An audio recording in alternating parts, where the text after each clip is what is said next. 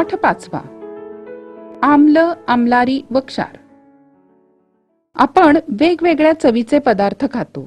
काही पदार्थ आंबट असतात, काही तुरट असतात, काही गोड असतात. तर वैज्ञानिक अभ्यास केला असता असं दिसतं की आंबट चवीचे पदार्थ असतात त्यामध्ये आम्लधर्मी घटक असतात, तर तुरट चवीचे आणि स्पर्शाला बुळबुळीत असणारे जे पदार्थ असतात त्यांच्यामध्ये आम्लारी धर्मी घटक असतात.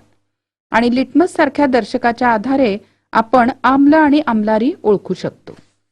ज्यांचे आम्लारी धर्मी मूलक H आयनपेक्षा वेगळे असून आम्लधर्मी मूलक OH आयनपेक्षा वेगळे आहेत अशी आयनिक संयुग म्हणजे क्षार. म्हणजेच आयनिक संयुगांचे 3 प्रकार: आम्ल, आम्लारी आणि क्षार. आता पुन्हा एकदा आयनिक संयुग बघूया. कॅटायनावरील एक धनप्रभार आणि ऍनायनवरील एक ऋणप्रभार यांच्यातलं आकर्षण बल म्हणजे आयनिक बंध.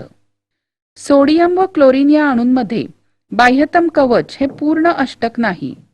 मात्र सोडियम आयन आणि क्लोराईड आयन या दोन्ही आयनांमध्ये बाह्यतम कवच हे पूर्ण अष्टक आहे. पूर्ण अष्टक असलेलं इलेक्ट्रॉन संरूपण हे स्थैर्याची स्थिती दाखवतं आणि म्हणून सोडियम आयन आणि क्लोराईड आयन ह्या विरुद्ध प्रभारित आयनांमध्ये आयनिक बंध तयार होतो आणि सोडियम क्लोराईड हे अतिशय स्थैर्य असलेलं आयनिक संयुग तयार होतं. आता बघूया आयनिक संयुगांचं विचरण. जेव्हा आयनिक संयुग पाण्यात विरघळतं तेव्हा त्याचं जलीय द्रावण तयार होतं. स्थायू रूपात असलेल्या आयनिक संयुगात विरुद्ध प्रभारित आयन एकमेकांना लागून असतात. जेव्हा एखादं आयनिक संयुग पाण्यात विरघळायला सुरुवात होते तेव्हा पाण्याचे रेणू संयुगाच्या आयनांच्या मध्ये घुसतात आणि त्यांना वेगळं करतात, म्हणजेच जलीय द्रावण होताना आयनिक संयुगांचं विचरण होतं. द्रावणामध्ये विलग झालेल्या प्रत्येक आयनाला सर्व बाजूनी पाण्याच्या रेणूंनी घेरलेलं असतं आणि ही स्थिती दाखवण्यासाठी प्रत्येक आयनाच्या संज्ञेच्या उजवीकडे AQ म्हणजेच ॲक्वियस म्हणजे जलीय असं लिहितात. आता अर्हेनियसचा आम्ल आणि आम्लारी सिद्धांत. आम्ल म्हणजे असा पदार्थ की जो पाण्यात विरघळला असता त्याच्या द्रावणात हायड्रोजन आयन हे एकमेव कॅटायन तयार होतात. आणि आम्लारी म्हणजे असा पदार्थ की जो पाण्यात विरघळला असता त्याच्या द्रावणात हायड्रॉक्साईड आयन हे एकमेव ऍनायन तयार होतात. यानंतर आम्ल आणि आम्लारींचं वर्गीकरण. आम्ल आणि आम्लारींच्या जलीय द्रावणामध्ये त्यांचं विचरण किती प्रमाणात होतं यानुसार हे वर्गीकरण आहे. एक म्हणजे तीव्र आम्ल. तीव्र आम्ल पाण्यात विरघळलं की त्याचं विचरण जवळजवळ पूर्ण होतं. उदाहरणार्थ HCl. सौम्य आम्ल. सौम्य आम्ल पाण्यात विरघळलं असता त्याचं विचरण पूर्ण होत नाही. उदाहरणार्थ CH3COOH ऍसिटिक आम्ल. तीव्र आम्लारी. तीव्र आम्लारी पाण्यात विरघळलं असता त्यांचं विचरण जवळजवळ पूर्ण होतं. उदाहरणार्थ सोडियम हायड्रॉक्साईड. आणि सौम्य आम्लारी पाण्यात विरघळलं असता विचरण पूर्ण होत नाही. उदाहरणार्थ अमोनियम हायड्रॉक्साईड. अल्क. जे आम्लारी पाण्यात मोठ्या प्रमाणात विद्राव्य असतात त्यांना अल्क म्हणतात. उदाहरणार्थ सोडियम हायड्रॉक्साईड. आता आम्लारी धर्मता आणि आम्ल धर्मता. आम्लाच्या एका रेणूपासून विचरणाने जितके हायड्रोजन आयन मिळू शकतात ती संख्या म्हणजे आम्लाची आम्लारी धर्मता. आणि आम्लारींची आम्ल धर्मता म्हणजे आम्लारीच्या एका रेणूपासून विचरणाने जितके हायड्रॉक्साईड आयन मिळू शकतात ती संख्या. यानंतर आम्ल आणि आम्लारींची संहती. 2 चंचुपात्र घ्या आणि दोन्हीमध्ये 1-1 लिटर पाणी घ्या. अ चंचुपात्रामध्ये 1 चमचा साखर घाला आणि ते द्रावण ढवळा. आणि ब चंचुपात्रात 10 चमचे साखर घाला आणि ते द्रावण ढवळा. दोन्ही द्रावणांची चव घ्या. अ चंचुपात्रामध्ये खूपच कमी गोड अशी चव लागेल आणि ब चंचुपात्रामध्ये मात्र जास्त गोड चव वाटेल. असं कशामुळे? कारण दोन्ही द्रावणांमध्ये द्रावकाची राशी समान आहे परंतु द्राव्याची राशी मात्र वेगवेगळी आहे. म्हणजेच खाद्यपदार्थाची चव हा त्यातला चव देणारा घटक पदार्थ कोणता आणि त्याचं प्रमाण किती यावर अवलंबून असते. आणि म्हणून द्राव्याच्या राशीचं द्रावणाच्या राशीशी प्रमाण म्हणजे द्राव्याची द्रावणातील संहती. जेव्हा द्रावणात द्राव्याची संहती जास्त तेव्हा ते संहत द्रावण आणि जेव्हा द्राव्याची संहती कमी तेव्हा ते विरल द्रावण. द्रावणाची संहती व्यक्त करण्यासाठी असलेलं पहिलं एकक म्हणजे द्रावणाच्या 1 लिटर आकारमानात विरघळलेल्या स्थितीत असलेल्या द्राव्याचं ग्रॅम मधलं वस्तुमान म्हणजे ग्रॅम प्रति लिटर. दुसरं एकक म्हणजे द्रावणाच्या 1 लिटर आकारमानात विरघळलेली द्राव्याची मोलमध्ये व्यक्त केलेली राशी, यालाच द्रावणाची रेणुता कॅपिटल एम असं म्हणतात. एखाद्या द्राव्याची रेणुता दर्शवण्यासाठी त्याचं रेणुसूत्र चौकटी कंसात लिहितात. उदाहरणार्थ सोडियम क्लोराईड बरोबर 1 मोल प्रति लिटर याचा अर्थ मिठाच्या प्रस्तुत द्रावणाची रेणुता 1 मोलार आहे असा होतो. यानंतर द्रावणाचा सामू. आता हायड्रोजन आयन आणि हायड्रॉक्साईड आयन यांच्या प्रमाणानुसार मृदेचे आम्लधर्मी, उदासीन आणि आम्लारीधर्मी असे प्रकार पडतात. रक्त, पेशीद्रव यांचं नियोजित कार्य यथायोग्य रीतीने होण्यासाठी या आयनांचं प्रमाण ठराविक असणं आवश्यक असतं. सूक्ष्म जीवांच्या उपयोगाने केल्या जाणाऱ्या किण्वन किंवा इतर रासायनिक प्रक्रियांमध्ये या आयनांचं प्रमाण विशिष्ट मर्यादेमध्ये राखणं आवश्यक असतं. शुद्ध पाण्याचं सुद्धा अतिशय थोड्या प्रमाणात विचरण होतं, परंतु त्यामध्ये हायड्रोजन आणि हायड्रॉक्साईड हे आयन समप्रमाणात तयार होतात. त्यामुळे कोणत्याही पदार्थाच्या जलीय द्रावणात हायड्रोजन आणि हायड्रॉक्साईड हे दोन्ही आयन असतात, पण त्यांची संहती मात्र वेगवेगळी असते. सर्व सामान्य जलीय द्रावणामध्ये हायड्रोजन आयनांच्या संहतीची व्याप्ती 10⁻⁴ ते 10⁻14 मोल प्रति लिटर अशी मोठी असते. रासायनिक व जैवरासायनिक प्रक्रियांमध्ये अतिशय उपयोगी असं हायड्रोजन आयनांच्या संहतीचं सोयीस्कर असं एक नवीन माप डॅनिश वैज्ञानिक सोरेन्सन यांनी सुरू केलं. हे माप म्हणजे सामू मापन श्रेणी, ज्याला आपण पीएच स्केल असं म्हणतो. ही श्रेणी 0 ते 14 सामू अशी असते. या मापन श्रेणीनुसार पाण्याचा सामू असतो 7, म्हणजे शुद्ध पाण्यामध्ये हायड्रोजन आयनचं ची संहती असते 1 × 10⁻⁷ मोल प्रति लिटर. 7 हा सामू उदासीन द्रावण दर्शवतो आणि हा या मापन श्रेणीचा मध्यबिंदू आहे. आम्लधर्मी जलीय द्रावणाचा सामू 7 पेक्षा कमी तर आम्लारीधर्मी जलीय द्रावणाचा सामू 7 पेक्षा जास्त असतो. आता वैश्विक दर्शक. काही नैसर्गिक तसेच संश्लिष्ट रंगद्रव्य आम्लधर्मी आणि आम्लारीधर्मी द्रावणांमध्ये 2 भिन्न रंग दाखवतात आणि अशा रंगद्रव्यांचा आम्ल आम्लारी दर्शक म्हणून उपयोग होतो. वेगवेगळ्या सामूला वैश्विक दर्शक वेगवेगळे रंग दाखवतो. अनेक संश्लिष्ट दर्शकांचं विशिष्ट प्रमाणात मिश्रण करून वैश्विक दर्शक बनवतात. सामू मोजण्याची सर्वात अचूक पद्धत म्हणजे सामू मापक म्हणजे पीएच मीटर हे विद्युत साधन वापरणं.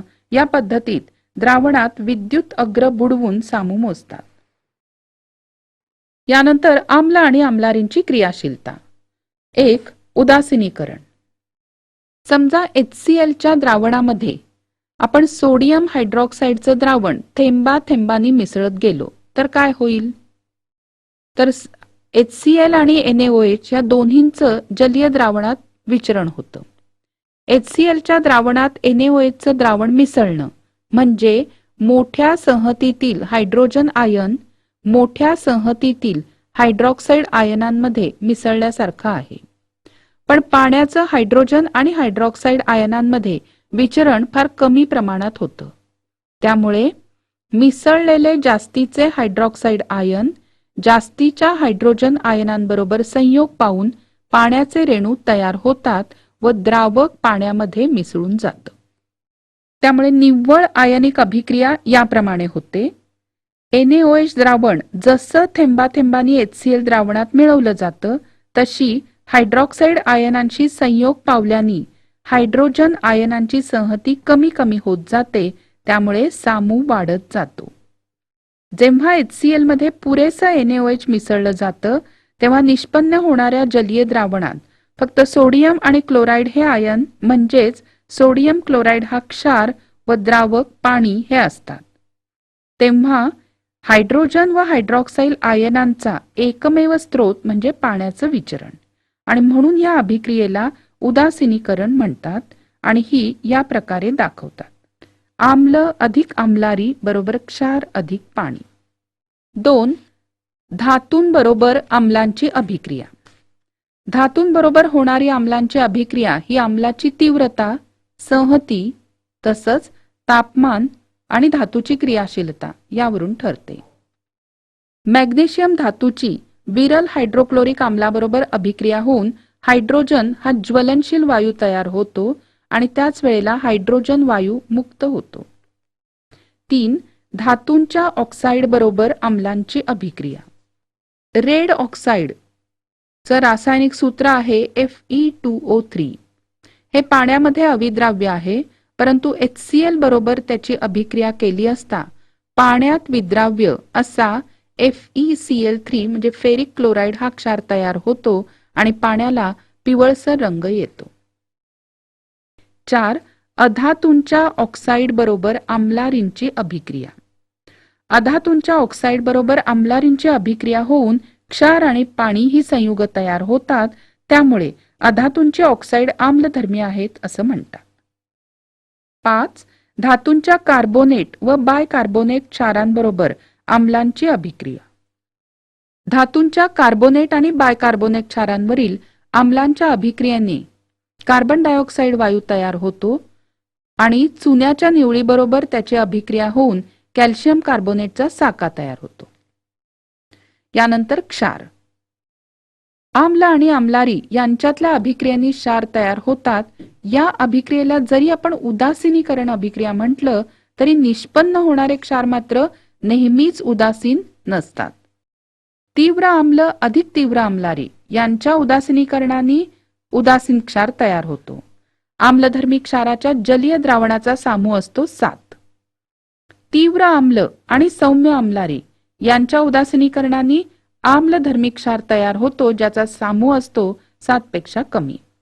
आणि सौम्य आम्ल अधिक तीव्र आम्लारी यांच्या उदासीनीकरणाने आम्लारी धर्मी क्षार तयार होतो ज्याचा सामू असतो 7 पेक्षा जास्त.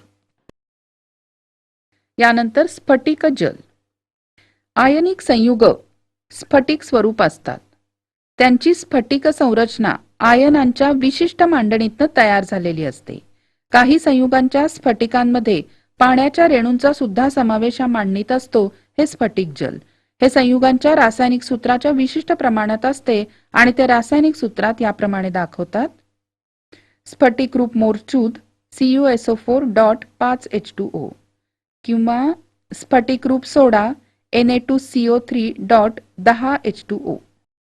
गरम केल्याने किंवा काही काळ नुसतं ठेवण्याने सुद्धा स्फटिक जल बाहेर पडतं आणि त्या भागाचं स्फटिक रूप नष्ट होतं. यानंतर आयनिक संयुग आणि विद्युत वाहकता.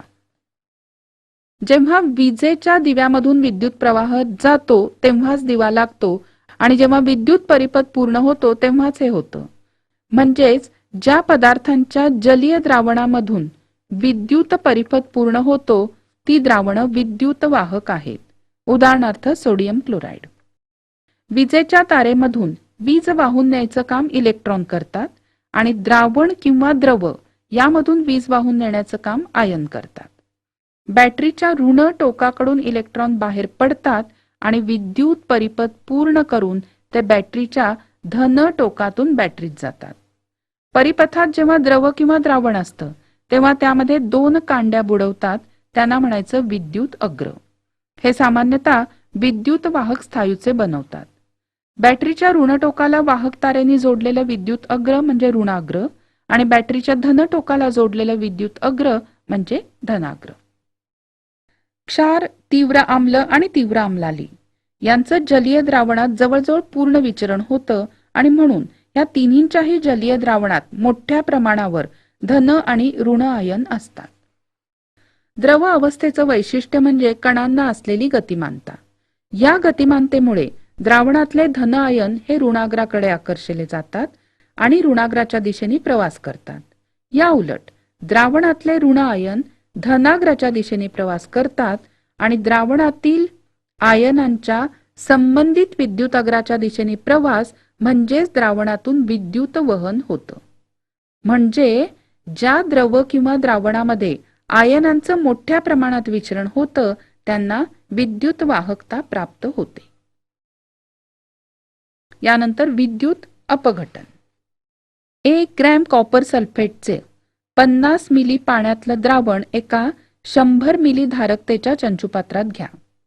तांब्याची एक जाड पट्टी धनाग्र म्हणून घ्या आणि कार्बनची एक कांडी ऋणाग्र म्हणून घ्या. या ठिकाणी दिसती अशी रचना करून परिपथामधून काही वेळ वीज प्रवाह जाऊ द्या. काही वेळानंतर ऋणाग्राच्या द्रावणात बुडलेल्या भागांवर तांब्याचं पूट चढलेलं दिसतं. का? परिपथातून विजेचा प्रवाह सुरू झाला की द्रावणातलं कॉपरचे धन आयन ऋणाग्राकडे आकर्षिले जातात. ऋणाग्राकडून बाहेर पडणाऱ्या इलेक्ट्रॉन बरोबर त्यांचा संयोग होतो आणि कॉपर धातूचे अणू तयार होऊन त्याचा थर ऋणाग्रावर झालेला दिसायला लागतो. द्रावणातल्या कॉपरचे आयन ह्या प्रकारे वापरले जाऊन सुद्धा द्रावणाचा रंग आहे तसाच राहतो. कारण वीज प्रवाह चालू असताना धनाग्रातील तांब्याच्या अणूपासून इलेक्ट्रॉन काढून ते विजेच्या तारेतनं पाठवले गेले. त्यामुळे तयार झालेले कॉपरचे आयन द्रावणात उतरले.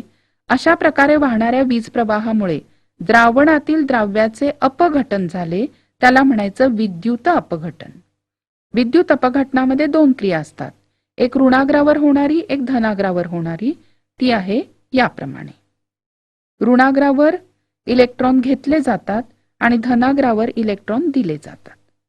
पण शुद्ध पाण्यात विद्युत अग्र बुडवून खटका चालू केला तरी वीज प्रवाह वाहत नाही.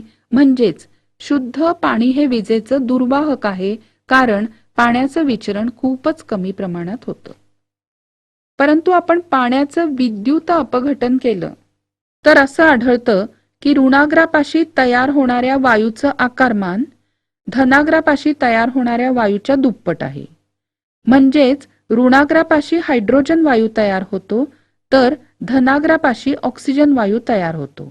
म्हणजेच पाण्याचं विद्युत अपघटन होऊन त्याच्यातली घटक मूलद्रव्ये मुक्त होतात आणि या अभिक्रिया अशा प्रकारे असतात.